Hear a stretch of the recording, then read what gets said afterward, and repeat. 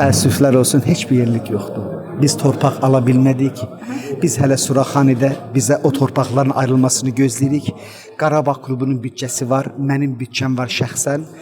O Suraxanın sərəncamı bizə verilsə, uzun müddətli bizə arenda verilsə, mən sizə qoşuluram ki, bu bizim üçün çox önəmlidir. Mənim bugün Qarabağ üçün həyatdakı ən böyük arzum bizim yeni yetmələrin oynaya biləcəyi professional bir yer yaratmaqdır.